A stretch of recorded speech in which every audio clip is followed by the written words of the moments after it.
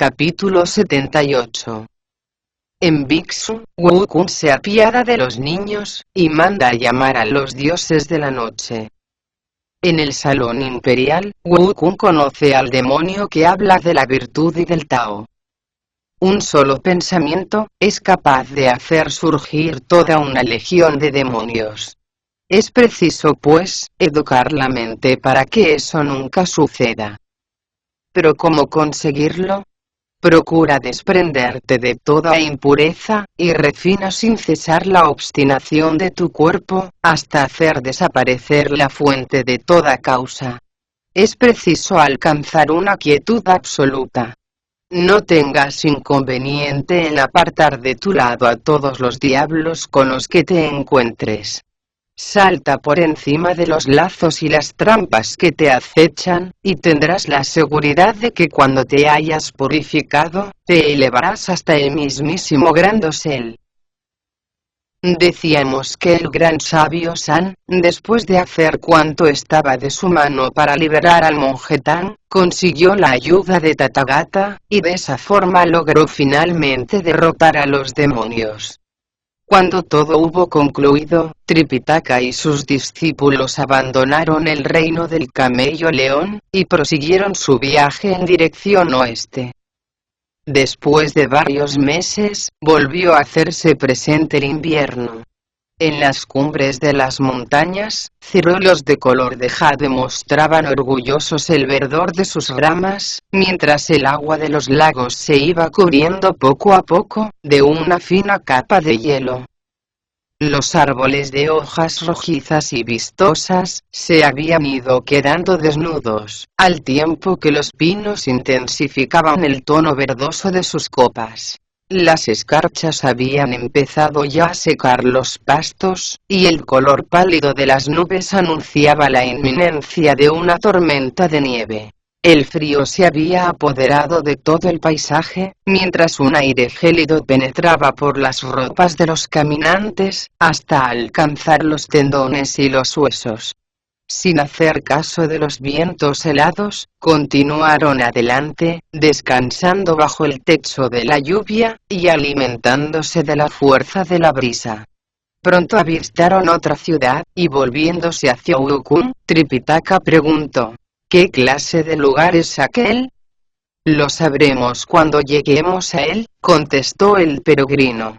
Si se trata de uno de los reinos del oeste, tendremos que sellar nuestros documentos de viaje. Si por el contrario, no es más que un distrito o una prefectura, seguiremos adelante sin necesidad de detenernos. No había acabado de decirlo, cuando se encontraron a las mismas puertas de la ciudad. Tripitaka desmontó del caballo, y traspusieron la muralla exterior. No tardaron en encontrar a un viejo soldado acurrucado contra una pared para defenderse mejor del viento, y durmiendo sin otro techo que el mismo sol. El peregrino se acercó a él y le sacudió ligeramente el hombro. El anciano se desperezó pesadamente. Al verle, pestañeó como si no diera crédito a lo que veían sus ojos, y echándose rostro en tierra, empezó a golpear el suelo con la frente, al tiempo que decía: «Honorable señor, sed bienvenido». «¿A qué viene tanto alboroto?», preguntó el peregrino. «Yo no soy ningún espíritu. ¿Se puede saber por qué me llamas honorable señor?» «¿Es que no sois un dios del trueno?», inquirió el anciano soldado, redoblando sus golpes de frente contra el suelo. «Por supuesto que no», respondió el peregrino. «No soy más que un monje procedente de las tierras del este, que se dirige hacia el paraíso occidental, en busca de escrituras. Si te he despertado, ha sido para que me digas cómo se llama esta comarca». Solo entonces pareció tranquilizarse un poco el soldado. Bostezó como pudiera hacerlo un caballo, y después de desperezarse una vez más, contestó: «Oh, perdonadme. Este lugar se llamaba antes el reino de Biksu, pero ahora se le conoce por el nombre de la ciudad de los jóvenes maestros». ¿Habita un rey en esta ciudad? Volvió a preguntar el peregrino. Por supuesto que sí, confirmó el viejo soldado. El peregrino se volvió entonces hacia el monje Tang, y le informó. Este sitio era conocido antes como el reino de Bixu, pero ahora se denomina de los jóvenes maestros. Desconozco a qué obedece semejante cambio. ¡Qué raro!, exclamó el monje Tang sorprendido. Entre Bixu y jóvenes maestros, no existe la menor relación. Probablemente sea debido a que el anterior soberano se llamaba Bixu, y al morir, dejó el trono a un príncipe más joven que él, opinó el peregrino. Eso explica que ahora se llame de esa forma. Tonterías, exclamó Tripitaka. Entremos de una vez en la ciudad, y veamos qué es lo que podemos averiguar al respecto. Me parece muy bien, opinó el Bonzo Sa. Ese viejo soldado no parece muy inteligente que digamos. A lo mejor no se ha recuperado todavía del susto que le ha dado nuestro hermano. Está claro que de él no vamos a sacar nada nuevo. Antes de llegar a las calles propiamente dichas, hubieron de trasponer 3 puertas abiertas, a un nivel diferente. Todos los habitantes de la ciudad parecían muy atractivos, y vestían de una forma elegante en extremo. De las tiendas de licores salían estruendosas canciones y voces a cual más alta. Las posadas y las casas de té, estaban pintadas de colores chillones, que no desdecían en nada del alboroto que reinaba en su interior. Los negocios parecían florecer de una forma extraordinaria, percibiéndose un aire de prosperidad en cada uno de los puestos que abarrotaban los mercados. En ellos, un gentío tan enorme que hacía pensar inmediatamente en un hormiguero, traficaba sin descanso en bordados y oro. Por amor de la pura ganancia, allí parecía comerciarse con todo. Con qué gestos tan solemnes se cerraban los tratos. La prosperidad fluía por los mercados, con la misma serenidad que los ríos, o un mar en calma. El maestro y los discípulos recorrieron una tras otra, infinidad de calles.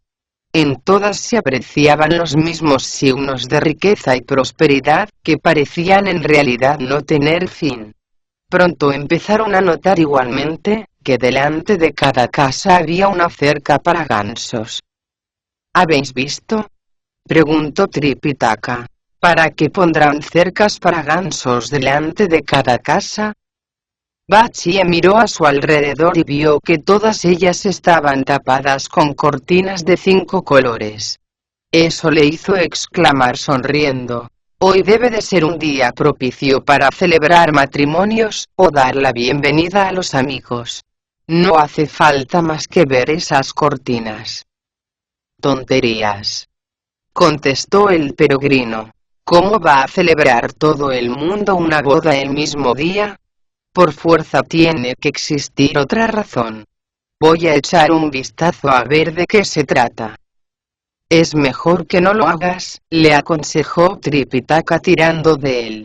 En cuanto vean la cara que tienes, todo el mundo se echará a correr. En ese caso, concluyó el peregrino, me metamorfosearé. Y sacudiendo ligeramente el cuerpo, se convirtió en una pequeña abeja. No le resultó difícil llegarse hasta una de las cercas y escabullirse entre sus cortinas. Dentro había un niño sentado. Desconcertado, se dirigió hacia otra cerca y descubrió a otra criatura en la misma posición. De hecho, había niños sentados en las 8 o 9 que inspeccionó. Lo que más le extrañó, de todas formas, es que no hubiera ninguna niña. Algunos estaban jugando, otros lloraban en silencio y otros finalmente, comían fruta o dormían plácidamente. El peregrino recobró la forma que le era habitual, y regresando junto al monje Tang, dijo, dentro de esas cercas únicamente hay niños. Los mayores deben de tener alrededor de 7 años, mientras que los más pequeños apenas si llegan a 5. No comprendo qué pueden estar haciendo ahí. Tripitaka pareció más desconcertado que antes.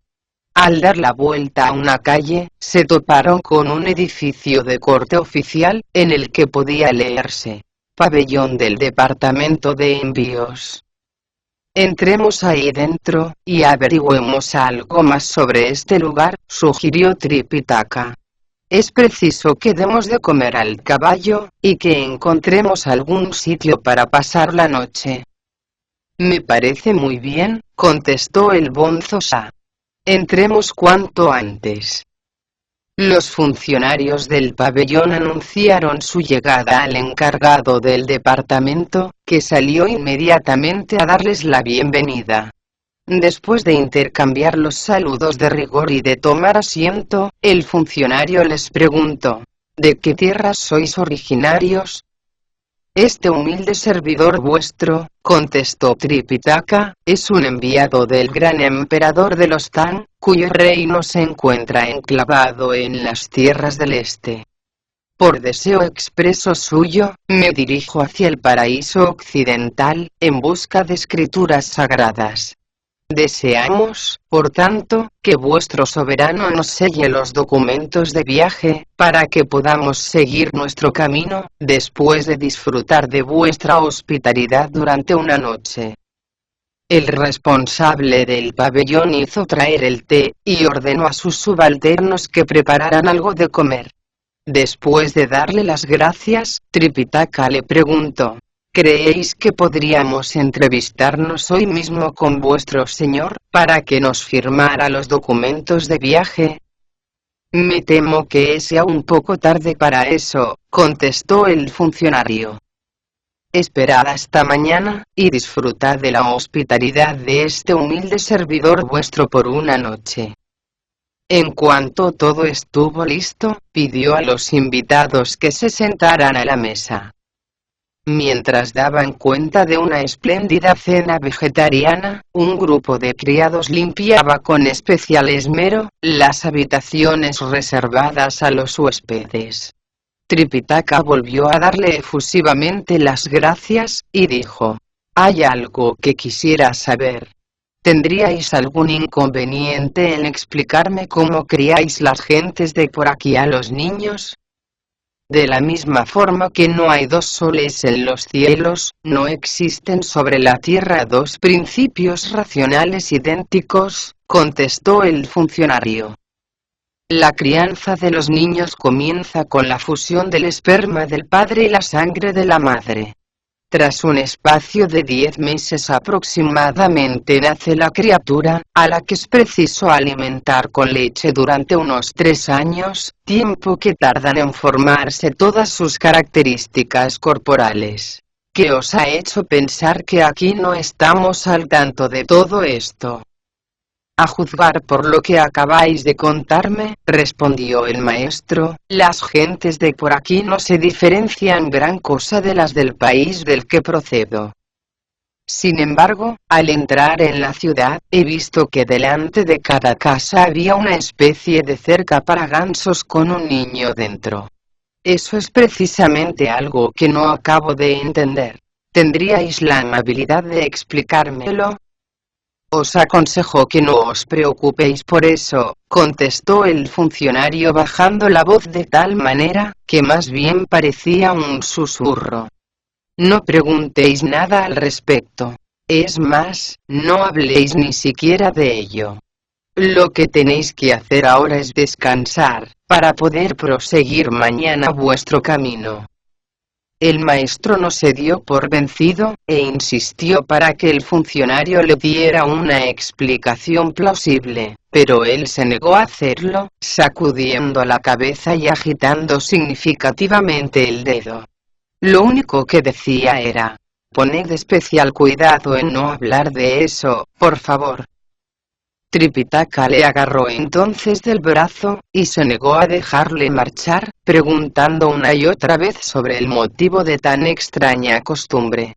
El funcionario no tuvo más remedio que despedir a sus subordinados.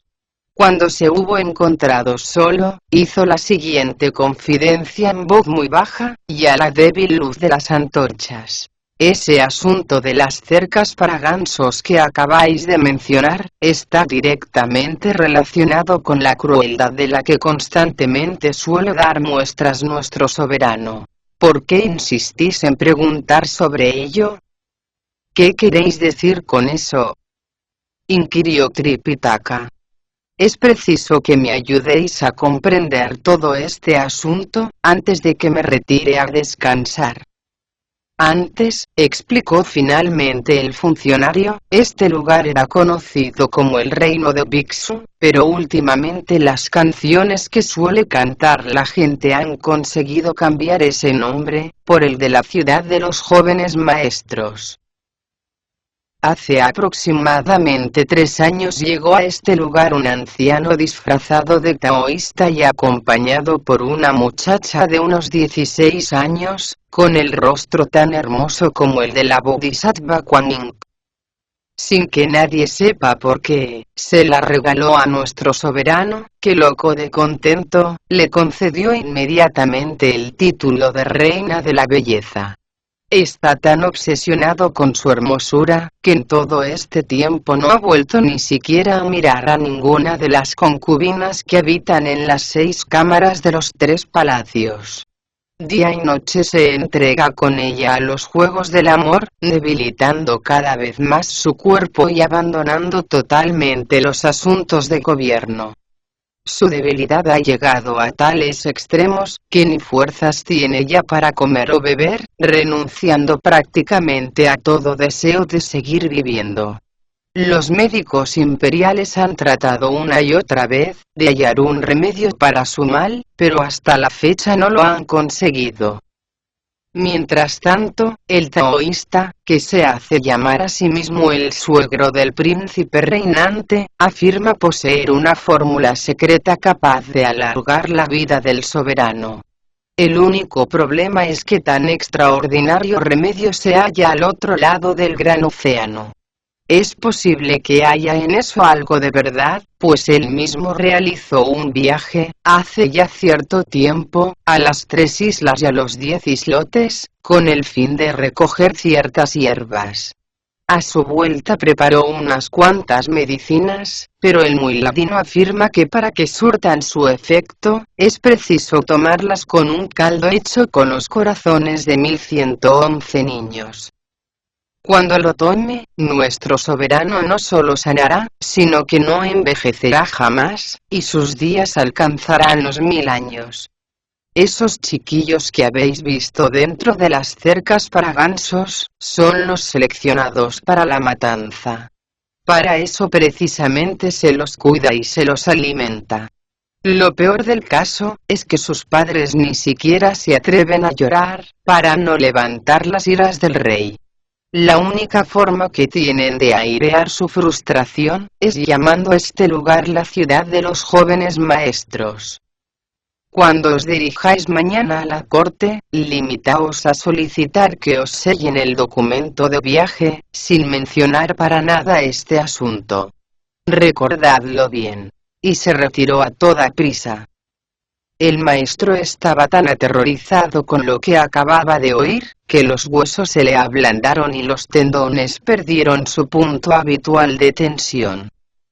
Sin poder contener las lágrimas, exclamó: «Rey ciego y sin entrañas, ¿cómo no caes en la cuenta de que tu enfermedad es el producto de tu propia incontinencia y ansias de placer? ¿Por qué pretendes acabar con la vida de todos esos niños inocentes? ¿Cómo puedes ser tan cruel? Es tal la pena que siento por tu locura, que a punto estoy de perder yo también la vida». Sobre todo esto disponemos de un poema, que afirma, tras olvidarse de las reglas de la virtud, un tirano a punto ha estado de acabar con su vida, a causa del desenfreno con el que se ha lanzado en los brazos del placer. Su locura le ha llevado a buscar una vida sin fin, en la muerte de unos niños inocentes. Pero su ceguera terminará provocando la ira de los cielos. Bien lo prevé el monje de corazón tierno y voluntad firme, cuando escucha aterrado la historia de tamaño desatino. Incapaz de acallar su pena, el servidor de Buda solloza, tratando inútilmente de ahogar su dolor en lágrimas. ¿Qué os ocurre, maestro?, preguntó Bachi acercándose a Tripitaka. Vos sois de los que siempre cargan con el féretro de los demás y se pasan la vida llorando la muerte ajena. No estéis tan triste, por favor. Recordad lo que afirma el dicho. Cuando el soberano determina que alguien muera y éste se resiste a hacerlo, se comporta con una deslealtad absoluta. O ese otro, que dice: cuando un padre ordena que su hijo perezca y éste se niega a cumplirlo, atenta gravemente contra la piedad filial. Es cierto que ese loco está atentando contra las vidas de sus súbditos, pero ¿qué puede importaros eso a vos? Echaos a dormir y dejad a un lado los problemas de los demás. ¿Para qué preocuparnos de nuestros antepasados? ¿Qué corazón más duro tienes?, le increpó Tripitaka sin poder contener las lágrimas. Los que hemos renunciado a la familia, tenemos la obligación de hacer todo el bien que podamos.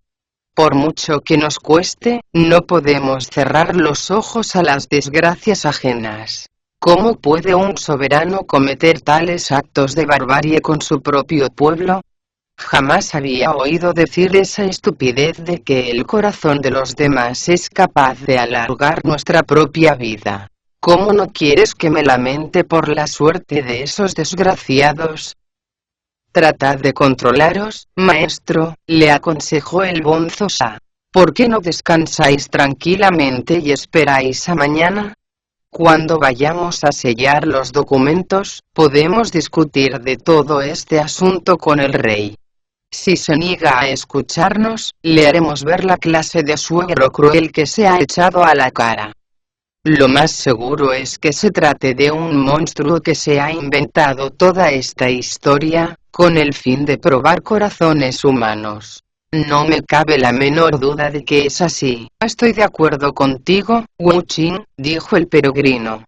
Lo que debéis hacer ahora, maestro, es tratar de descansar.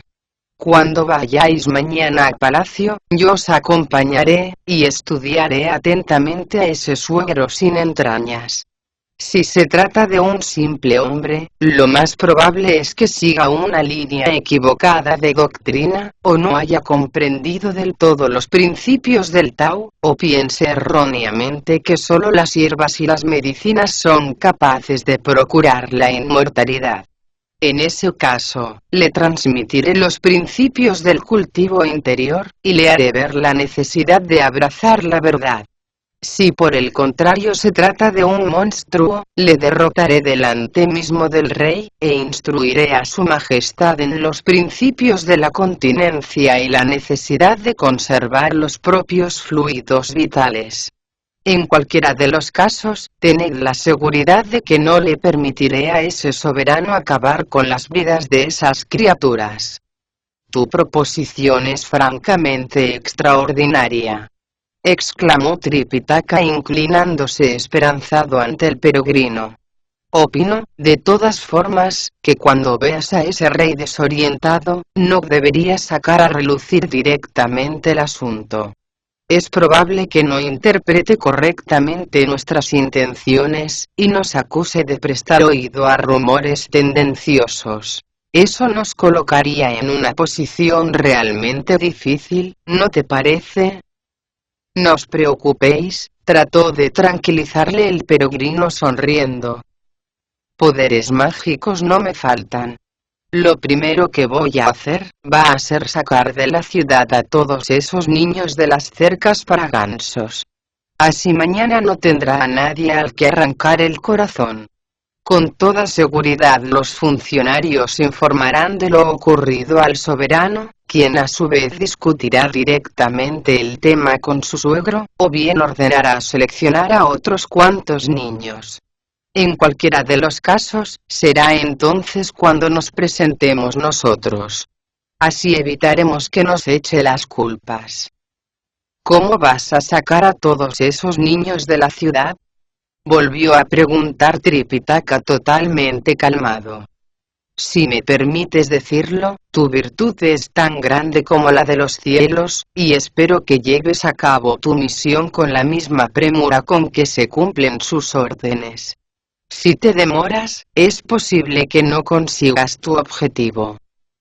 Haciendo uso de toda su fuerza espiritual, el peregrino se puso inmediatamente de pie, y dijo a Bachi y al bonzo Sa: quedaos aquí cuidando del maestro. Cuando oigáis un viento huracanado, tened la certeza de que los niños están abandonando la ciudad. Emocionados, Tripitaka y sus dos discípulos más jóvenes empezaron a cantar. Nos sometemos al Buda que da la vida y salva de toda enfermedad. A él únicamente nos sometemos. Para entonces el gran sabio había salido ya de la habitación, y elevándose por los aires, hizo un gesto con los dedos, y recitó las palabras mágicas. Keon, purifique el reino del Dharma.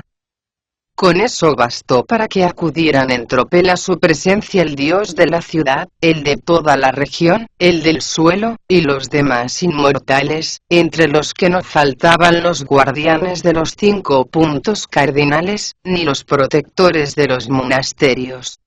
Tras inclinarse respetuosamente ante él, le preguntaron: ¿qué asunto tan urgente es ese, gran sabio, para arrancarnos de nuestro descanso en mitad de la noche? Todo se debe, contestó el peregrino, a que el soberano del reino de Bhiksu ha prestado atención a los cuentos de cierto monstruo, que le ha hecho creer que tomando un caldo hecho a base de corazones de niños, podrá alcanzar la longevidad. Eso ha impresionado de tal manera a mi maestro, que me he visto obligado a prometerle que iba a la vez, a salvar sus vidas y a atrapar a esa bestia. Por eso precisamente os he hecho venir.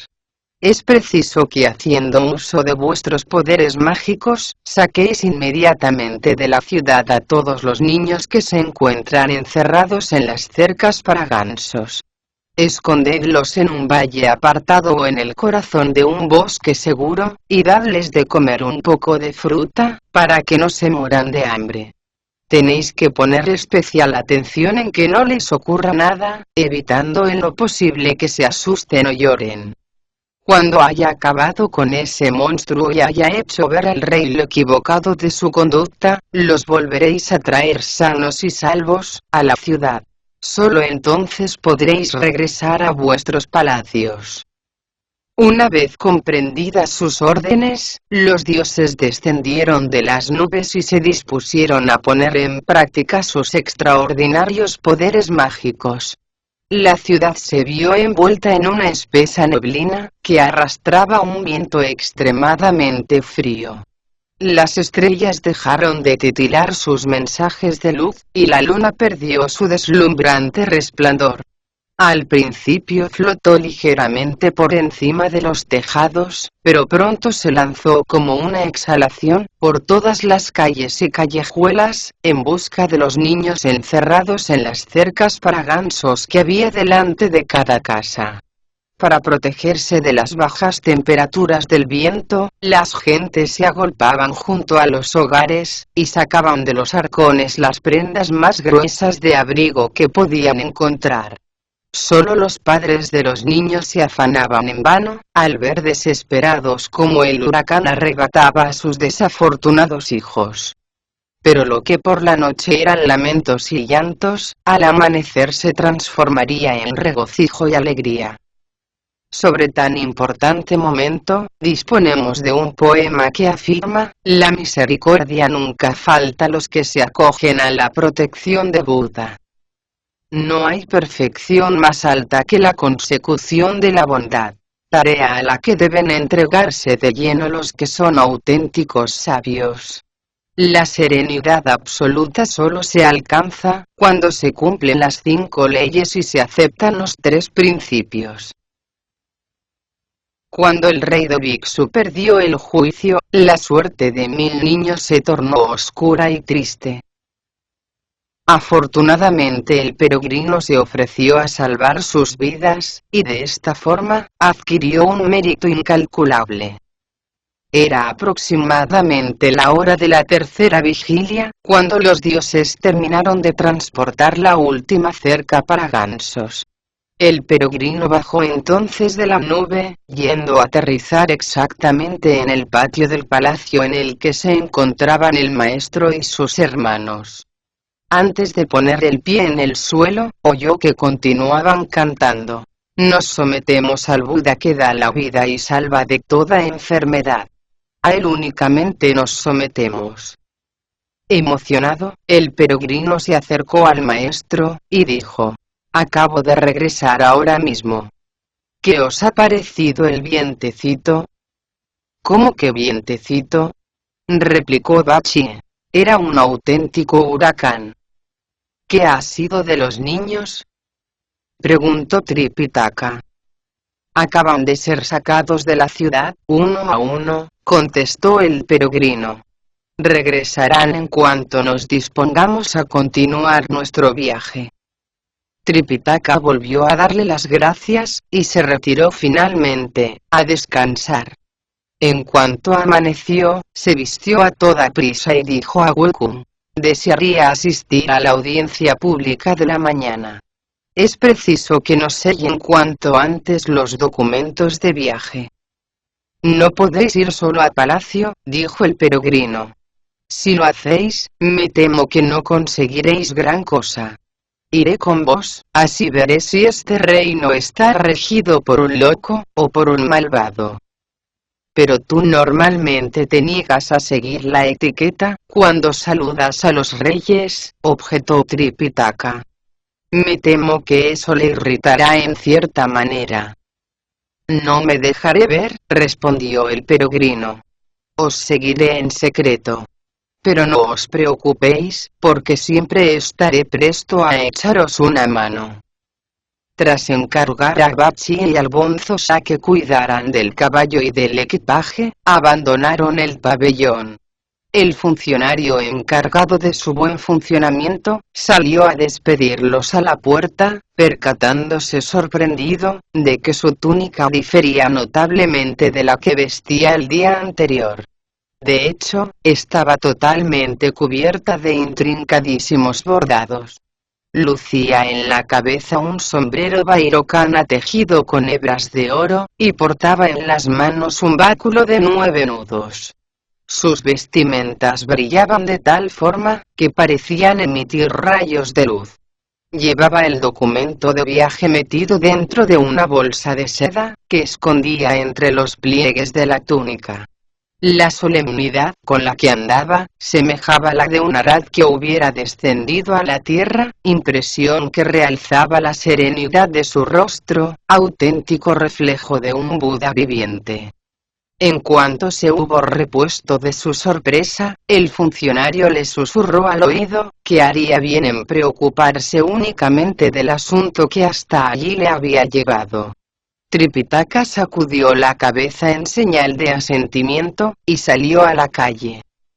El gran sabio se hizo a un lado, y después de sacudir ligeramente el cuerpo y de recitar el correspondiente conjuro, se convirtió en un grillo pequeñito, que fue a posarse en lo más alto del sombrero de Tripitaka.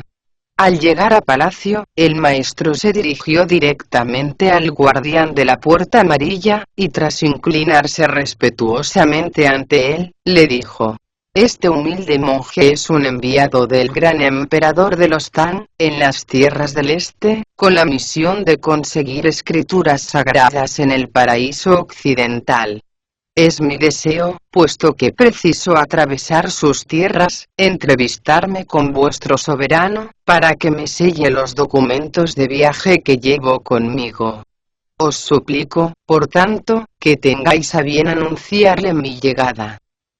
El guardián de la puerta amarilla corrió a informar de todo ello a su señor, que exclamó entusiasmado: un monje venido desde tan lejos, por fuerza tiene que estar versado en los principios del Tao. Hacedle pasar inmediatamente. el guardián en persona se encargó de conducir al maestro al interior del palacio. Después de los saludos rituales, a los pies del trono, se le permitió tomar asiento, al lado mismo de su majestad. El maestro agradeció tan inesperada muestra de confianza, con el respeto que de él se esperaba. Se dio cuenta entonces de que el rey presentaba un aspecto tan enfermizo, que parecía como si ya estuviera muerto. Las fuerzas le habían abandonado de tal manera, que si tras largos esfuerzos conseguía levantar la mano, no podía después saludar con ella. Cuando hablaba, su voz sonaba débil y resultaba extremadamente difícil captar todas sus palabras. Cuando el maestro le entregó el documento de viaje, se quedó mirándole durante mucho rato, con una mirada extraviada y totalmente inexpresiva. Aunque era claro que no había entendido ni una sola palabra, estampó finalmente su sello y se lo devolvió al maestro.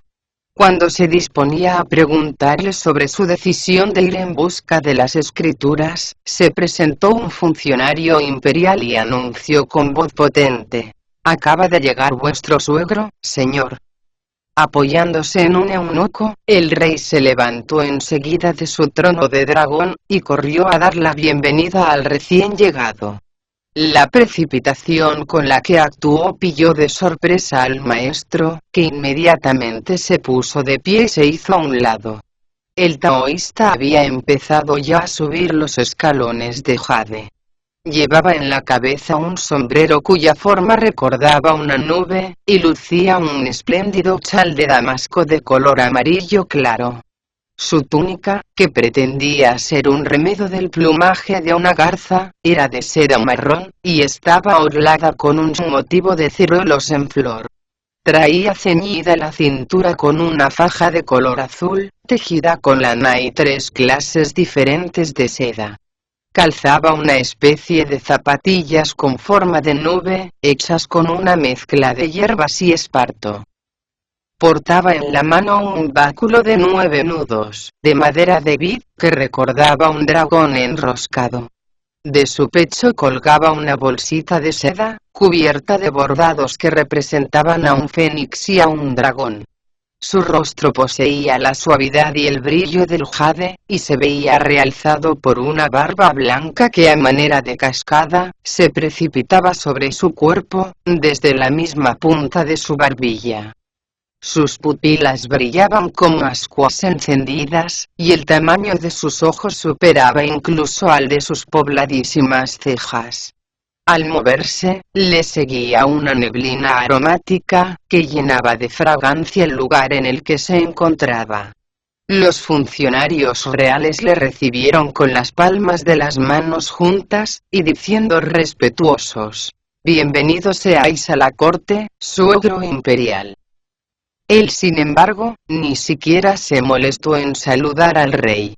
Al cruzarse con él, siguió subiendo las escaleras, con la frente bien alta, mientras el soberano se inclinaba obsequioso, y exclamaba emocionado: «Qué inmerecido honor, poder gozar de la sagrada presencia de nuestro respetable suegro desde tan pronto».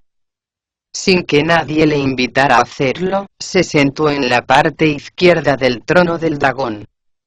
Sus ademanes eran tan solemnes, que el mismo Tripitaka se vio compelido a inclinarse ante él, y a saludarle diciendo: «Recibid los respetos de este humilde monje, suegro imperial». Sin dignarse ni siquiera mirarle, el taoísta se volvió hacia el rey, y le preguntó: «¿De dónde ha salido este monje?». «Es un enviado del gran emperador de los Tang, en las tierras del este, con la misión de conseguir escrituras sagradas en el paraíso occidental», contestó el rey. «Ha venido a que le selle el documento de viaje. El camino que conduce al oeste, está envuelto en tinieblas», sentenció el taoísta soltando la carcajada. «¿A qué viene a arrostrar tantos peligros? ¿Por qué no habría de hacerlo, si desde tiempos inmemoriales, el oeste es la tierra de la felicidad suprema?», replicó Tripitaka. También hemos oído comentar desde antiguo, contestó el rey, que los monjes son los auténticos seguidores de Buda. Quisiéramos saber por lo tanto, si sois capaces de superar la muerte. Quiero decir, si la aceptación de los principios budistas conlleva la consecución de una vida perdurable. Al oír eso, Tripitaka juntó las manos a la altura del pecho y contestó: para los monjes no tiene sentido la cadena de relaciones causales. De hecho, han captado que cuanto existe no es más que apariencia, ya que detrás de ello se esconde la nada. Quien posee una sabiduría profunda y extensa, conoce el auténtico reino de la no existencia. Para llegar a entender estos misterios, es preciso que se abandone al silencio, y lleve una vida de meditación y tranquilidad. Empezará a percibir atisbos de la verdad, cuando haya roto todos los lazos que le atan a los tres reinos, ya que la única forma de penetrar en la nada de las causas, es purificando una y otra vez, los 6 sentidos.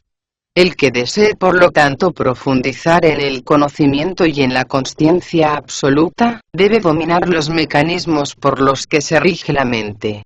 Una mente purificada es capaz, en efecto, de conseguir la iluminación, aunque se encuentre sumida en la soledad. Lo único que necesita es desprenderse poco a poco, de todo proceso mental.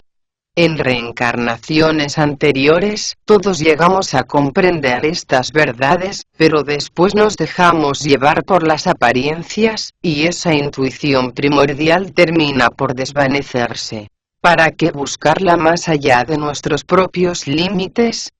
La meditación tranquila y reposada es la fuente misma de la concentración, de manera idéntica que la caridad y las limosnas son la base sobre la que se sustenta la austeridad.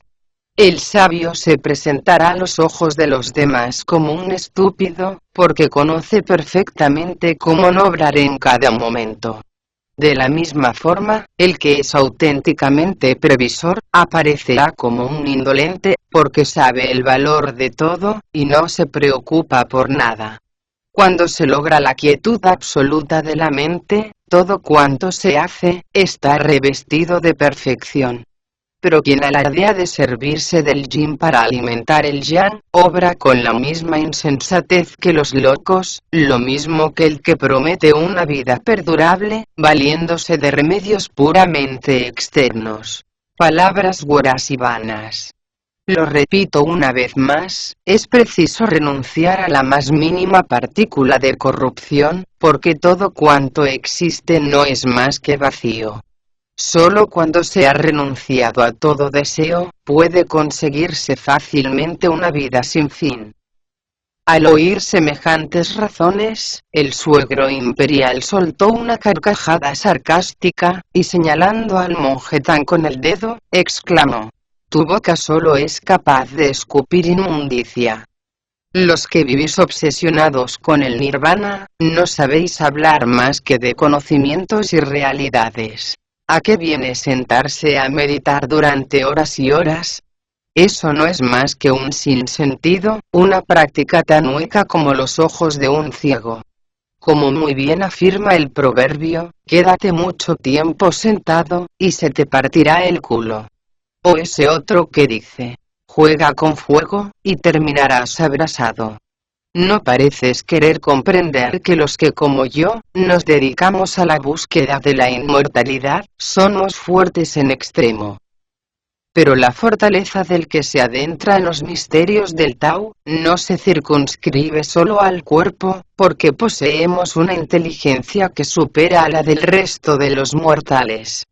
Yo, sin ir más lejos, raro es el día que no coja mi cesta y mi calabaza, y no me vaya a la montaña a recoger hierbas de las que luego me valgo para ayudar a los demás. Con las flores que recojo hago sombreros, y a veces me paso las mañanas tejiendo alfombras con orquídeas. Cuando me siento triste, me pongo a cantar y a bailar, acompañándome con las palmas, y después me siento tranquilamente en una nube a descansar. Me dedico también a explicar los principios del Tao, y a profundizar en el conocimiento de las enseñanzas de Lao Tse. Estoy capacitado, por lo tanto, para elaborar medicinas y remedios, con los que poner fin al dolor y a las fuerzas malignas que acechan en todo momento a los humanos. Para ello, libero a la tierra y al cielo de parte de su energía, y extraigo de la luna y el sol porciones de su propia esencia. Cuando el yin y el yang se encuentran en plena efervescencia, se forma el elixir, el agua y el fuego dejan de anularse, y se forma el embrión. Por el contrario, cuando el yin de los dos ochos se retira, todo se torna gris y opaco, de la misma manera que cuando recobra su vigor el yang de los tres nueves, se extiende por doquier la oscuridad más absoluta. Eso explica que recoja mis hierbas en función de la estación en la que estemos. Con ellas perfecciono una y otra vez el elixir, siendo capaz de elevarme hasta la mansión color púrpura, a lomos de un fénix azulado, y llegar a la capital de Jade, montado en una garza blanca. Allí me junto con todas las estrellas de los cielos, y juntos proclamamos las maravillas del Tao. ¿Cómo va a poder compararse tan interesante género de vida, con el quietismo propugnado por Buda, esa oscura divinidad de la no acción? Las prácticas conducentes al nirvana, hieden de tal manera, que es claro que jamás podrán trascender el círculo de la mortalidad. El Tao es la más noble y misteriosa de las tres doctrinas, y siempre lo ha sido, desde el principio de los siglos. Al oírlo, el rey y toda su corte empezaron a lanzar gritos de entusiasmo, al tiempo que repetían enardecidos: desde el principio de los siglos, el Tao siempre ha sido la doctrina más noble y misteriosa. El maestro se sintió profundamente turbado, al ver que todo el mundo se ponía de parte del taoísta. Pese a todo, el rey pidió al encargado de las celebraciones y fiestas imperiales que preparara un banquete vegetariano, para que el monje venido desde tan lejos pudiera reponer sus fuerzas, antes de proseguir su camino hacia el oeste. Agradecido por tanta consideración, Tripitaka se despidió de su majestad y se dispuso a abandonar el palacio. Al bajar las escaleras que desde el salón principal conducían al exterior, el peregrino voló hasta su hombro, y le susurró al oído: ese suegro imperial no es más que un vulgar monstruo, y el rey se encuentra totalmente sometido a su influencia. Regresad al palacio en el que habéis pasado la noche, y esperad a que os lleven la comida que os ha prometido. Yo voy a quedarme aquí, a ver si logro averiguar algo más sobre él. Tripitaka hizo un gesto de haber comprendido, y abandonó la mansión real, por lo que de momento, no hablaremos más de él. Sí lo haremos sin embargo, del peregrino, que remontó de nuevo el vuelo, y fue a posarse sobre uno de los biombos de martín pescador que había en el salón de los carillones de oro. En aquel mismo momento el comandante de los 5 destacamentos militares dio un paso al frente, e informó a su señor, diciendo: ayer por la noche, Majestad, se levantó un viento huracanado y frío en extremo, que se llevó, sin dejar rastro, a todos los niños que vivían en las cercas para gansos que hay delante de todas las casas. Muerto a la vez, de ira y de miedo, el rey se volvió hacia el suegro imperial, y afirmó: eso quiere decir que el cielo ha decretado mi fin. La enfermedad lleva corroyendo mi cuerpo meses enteros, sin que los médicos imperiales hayan podido diagnosticar mi mal.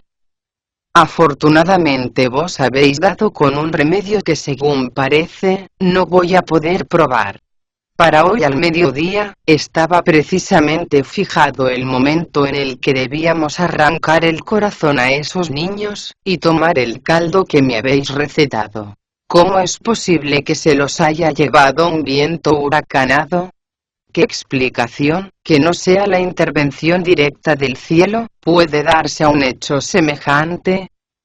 No tenéis por qué preocuparos, contestó el suegro imperial sonriendo. El hecho de que esos niños hayan sido arrebatados hacia lo alto, no significa que el cielo quiera cortar vuestra vida, sino todo lo contrario. ¿Cómo podéis decir semejante cosa?, replicó el rey. Al entrar en la corte, respondió el suegro imperial, caí en la cuenta de que existe un excipiente que supera con mucho al caldo hecho con los corazones de esos 1111 niños. De hecho, estos podían alargar vuestra vida durante 1000 años, mientras que el nuevo remedio que he descubierto, puede hacerlo durante miles y miles de siglos. Sin terminar de creer lo que estaba oyendo, el rey exigió una explicación más detallada, y el taoísta añadió: me he percatado de que ese monje enviado por el señor de las tierras del este en busca de escrituras, posee unas características francamente extraordinarias. Ha sido monje prácticamente desde que nació, pero lo más sorprendente es que lleva 10 reencarnaciones por lo menos, dedicado a la práctica de la virtud. Eso explica que su cuerpo sea perfecto en extremo. De hecho, jamás ha malgastado ni una gota de su yang original, por lo que supera en varios cientos de miles de veces, la efectividad de los corazones de todos esos niños. Si pudierais hacer un caldo con el suyo, y tomar con él el remedio que os he recetado, tened la seguridad de que llegaréis a los 10.000 años de edad. ¿Por qué no me lo habéis dicho antes?, replicó el rey, creyendo sin dudar en sus palabras. Si hubiera sabido que poseía esas cualidades tan extraordinarias, le habría hecho arrestar en cuanto puso el pie en este palacio. Aún estáis a tiempo, contestó el suegro imperial. Si no recuerdo mal, el encargado de las ceremonias y fiestas reales está preparándole en estos mismos instantes un banquete vegetariano. Lo más probable es que deje la ciudad en cuanto haya comido. Ordenad cerrar las puertas de la ciudad, y enviad vuestras tropas al pabellón del departamento de envíos, para que arresten sin tardanza a ese monje. Cuando se halle ante vuestra presencia, pedidle que os haga entrega del corazón. Si accede a ello, abridle el pecho y sacádselo enseguida. A cambio podéis prometerle un entierro propio de un emperador, y la construcción de un monasterio que lleve su nombre, y en el que se ofrezcan de continuos sacrificios y libaciones. Si por el contrario, osa oponerse a vuestros deseos, no tengáis ningún reparo en hacerle ver el lado oscuro del poder. Atadle inmediatamente, y cortadle la cabeza sin más. ¿No os parece que un plan como este jamás puede fallar? El rey no dudó ni un momento en poner en práctica sus palabras. Sin pérdida de tiempo, ordenó cerrar las puertas de la ciudad, y envió un destacamento de soldados al palacio en el que se encontraba el maestro. El peregrino remontó a toda prisa el vuelo, y regresó como una exhalación al lado de sus hermanos, gritando alterado: ¡qué gran desgracia, maestro! La desdicha se ha volcado de nuevo sobre vos.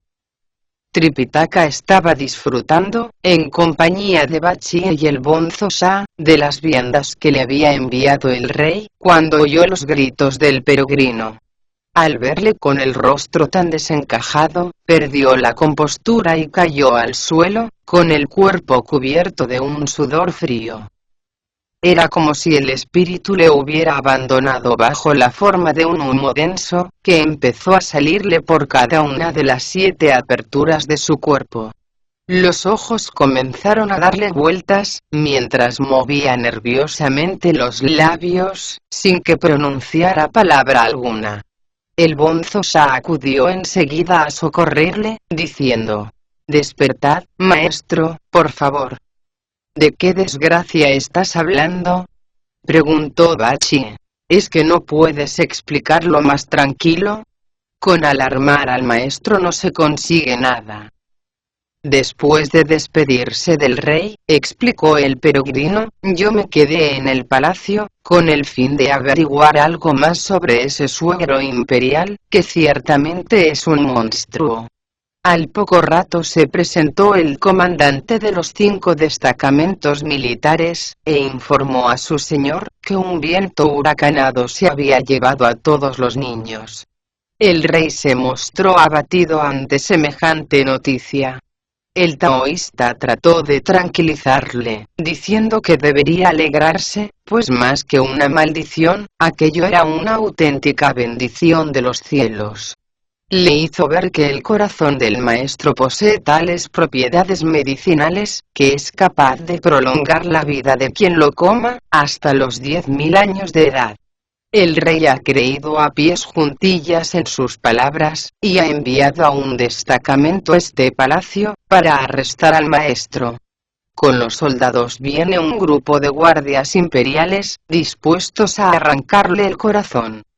¿Ves lo que adelantas compadeciéndote de todo el mundo? Le reprendió Bachi.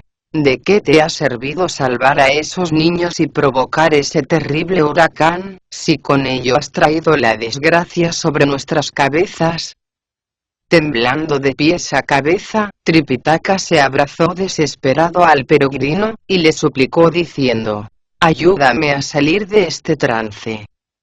Para eso, respondió el peregrino, lo viejo debe transformarse en nuevo. ¿Qué quieres decir? Preguntó Bachi. Que si desea salvar la vida, el maestro tendrá que convertirse en discípulo, y el discípulo en maestro, explicó el peregrino. Por librarme de la muerte, se apresuró a contestar Tripitaka, estoy dispuesto de buena gana a ser discípulo tuyo. En ese caso, concluyó el peregrino, no tenemos tiempo que perder. Bachi, cúbreme inmediatamente de barro.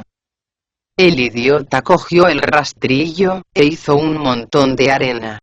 No se atrevió sin embargo a salir a por agua, y levantándose la ropa, meó a toda prisa sobre la tierra. De esta forma, consiguió el barro que el peregrino necesitaba.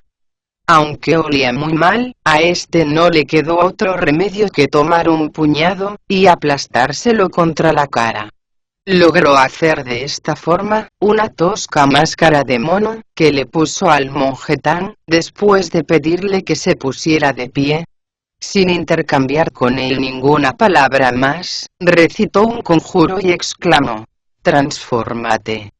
Y al instante se convirtió en una réplica exacta del peregrino. Se cambiaron a continuación las ropas, y tras pronunciar otro conjuro diferente, Wukong tomó la apariencia del monje Tang. Eran tan idénticos sus rasgos, que no había manera de diferenciarlos. Ni Bachi ni el Bonzo Sha podían decir quién era quién. Apenas había terminado uno de ponerse las ropas del otro, cuando oyeron el estridente sonido de los tambores y los gongs. Se asomaron a la ventana, y vieron acercarse a un auténtico bosque de lanzas y cimitarras.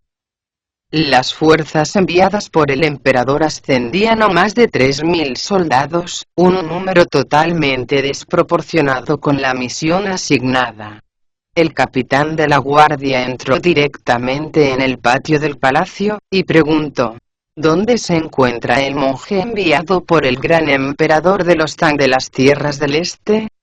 El funcionario encargado de la buena marcha del pabellón, se postró de hinojos, y señalando con dedo tembloroso hacia el interior, respondió, en una de esas habitaciones de allí. El capitán se dirigió con paso seguro a la que le habían indicado, y dijo, Maestro Tang, nuestro soberano exige vuestra inmediata presencia en la corte. Bachi y el Bonzo Sha permanecieron a un lado, protegiendo al falso peregrino. El auténtico se inclinó ante el oficial, y preguntó haciéndose pasar por el monje Tang, ¿qué puede desear su majestad de un pobre monje como yo? Es preciso que vengáis conmigo, respondió el capitán agarrándole sin ninguna consideración. Cuando os hace llamar, por algo será. ¿No os parece? De esta forma, volvió a cumplirse una vez más el principio de que la maldad siempre trata de imponerse sobre el bien, y que quien obra con justicia, recibe en pago violencia. No sabemos de momento qué suerte le aguarda al peregrino. Quien desee averiguarlo, tendrá que escuchar con atención las explicaciones que se ofrecen en el capítulo siguiente.